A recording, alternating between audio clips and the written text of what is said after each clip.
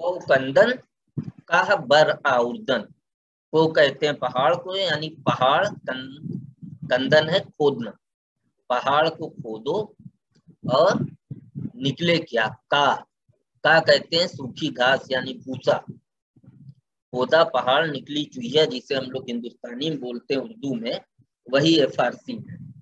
कि आपने इतनी मेहनत करी, पहाड़ खोदा और उसमें से निकला क्या, छोटा सा सूखी हुई घास का ढेर, तो कंदन का बरा भूसा। तो इसके भी इम्कानात रहते हैं। दूसरा ये रहता है कि आपकी एकदम से अहमियत में बहुत इजाफा भी हो जाए, इसलिए कि आपका एक्सपेरिमेंट जो तजुर्बा कर रहा है कामयाब हो जाए, लोगों को नयापन लिखे, है ना। तो इसकी वजह से आपकी मकबूलियत बढ़ भी सकती है, घट भी सकती है, मगर इसके लिए हिम्मत करनी पड़ती। अगर इससे डर जाएंगे तो एक्सपेरिमेंट नहीं करेंगे। तो एक वजह तो गालिब के पास ये थी। दूसरी चीज ये थी कि खुद दरबार में गालिब चाहते थे कि उनकी अहमियत वो हो जो शेख मोहम्मद इब्राहिम ज़ौक़ को हासिल है। तो अपनी कद्र कीमत और कद्र मंजिलत बढ़ाने के लिए भी वो अपनी शायरी में कई रंग भरते कि देखें इसको लोग ज्यादा शायद पसंद करें, इसको ज्यादा पसंद करें, इसको करें, मगर हार नहीं मानी। और यही वजह है कि आखिर में लोग गालिब की अहमियत को बहुत दिनों के बाद माने। अच्छे खासे दिनों तक गालिब को इसका अफसोस रहा है, बल्कि दरबार के अंदर जिन लोगों का मजमा होता था, जब दरबार में महफिलें होती थी, तो उनके मजाक शेरी से गालिब को जिंदगी भर जो है शिकायत रही।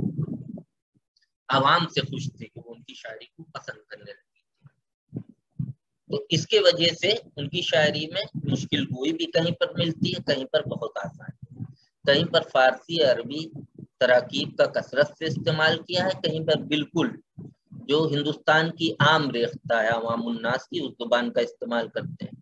उसी तरह मौजूआत को कहीं पर मीर के अंदाज में बिल्कुल रवायती मौजूआत को रवायती ढंग से भी बांधा है गालिब ने, और उस पर फख्र भी किया है, ये अंदाज मीर का है जो मुझे नसीब हुआ है।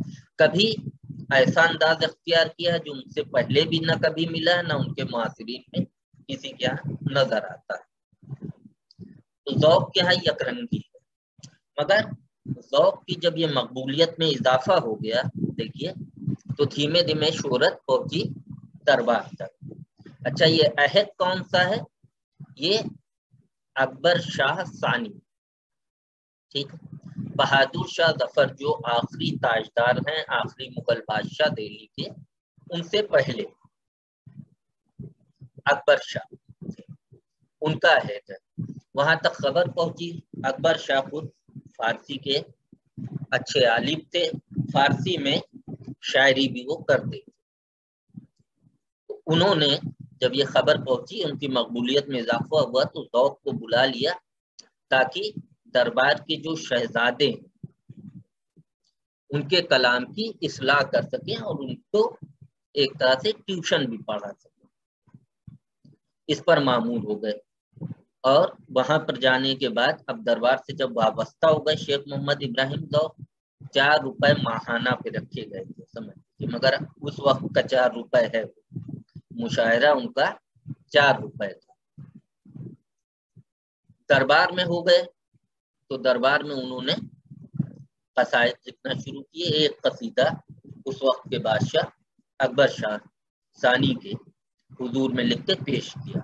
बादशाह वो कसीदा सुना, बहुत ही उर्दू के दूसरे सबसे बड़े कसीदा निगार माने ही जाते हैं, तो कसीदे में उनका जवाब, तो बादशाह बहुत महसूस और उन्हें मलकुश शोरा का खिताब बहादुर शाह जफर से पहले ही मिल गया था, अकबर शाह सानी ने दिया था। इन बातों पे ज्यादा मैं इसलिए भी जोर देता हूँ कि बात चीज ये नेट में पूछा गया सवाल है, इसलिए आप इसको चाहे तो नोट भी करें। ये अकबर शाह सानी ने उनको मलकुश शोरा बनाया और लक़ब दिया खाकानी हिंद का। खाकानी कसीदे का एक बहुत बड़ा शायर है, उर्फी और खाकानी में कई बार नाम लेता हूँ, ठीक है, ईरान। तो हिंदुस्तान का खाकानी ये लक़ब दरबार से मिला, जाहिर सी बात है। तो अब वो उस वक़्त बहादुर शाह जफर वली अहद थे, कि कभी बादशाह नहीं होते थे, मगर शायरी का शौक रखते थे। शायरी की इब्तिदा हो गई थी तो शेख मोहम्मद इब्राहिम ज़ौक़ उनके कलाम की इस्लाह पर भी मामूर कर दिए गए। इसके अलावा दूसरे और शहजादे भी जो दरबार में थे उनके कलाम की इस्लाह भी किया करते थे शेख मोहम्मद इब्राहिम ज़ौक़। हुआ ये कि फिर अकबर शासानी का इंतकाल हो गया और उनके इंतकाल के बाद वली अहद सल्तनत बहादुर शाह तख्ते सल्तनत पर बैठे दिल्ली के और बादशाह हो गए। तो अब तक तो वली अहद के उस्ताद थे, अब वो बादशाह के उस्ताद हो गए। बहादुर शाह जफर तखल्लुस करते थे, उनके कलाम की वो इस्लाह किया करते थे। तो अब जो बादशाह का उस्ताद एक तरह से उस्ताद है तो फिर तो वो सारी रियाया का उस्ताद हो गया ना। तो पूरे दिल्ली ही नहीं, एक तरह से अतराफे दिल्ली में भी यहाँ या जहाँ जहाँ शेर व शायरी का चर्चा था, यानी उनके अहद में ज़ौक़ की मैं बात कर रहा हूँ, तो दिल्ली एक बड़ा मरकज था। दूसरा मरकज लखनऊ बन चुका था तकरीबन, और तीसरा एक मरकज था दक्कन।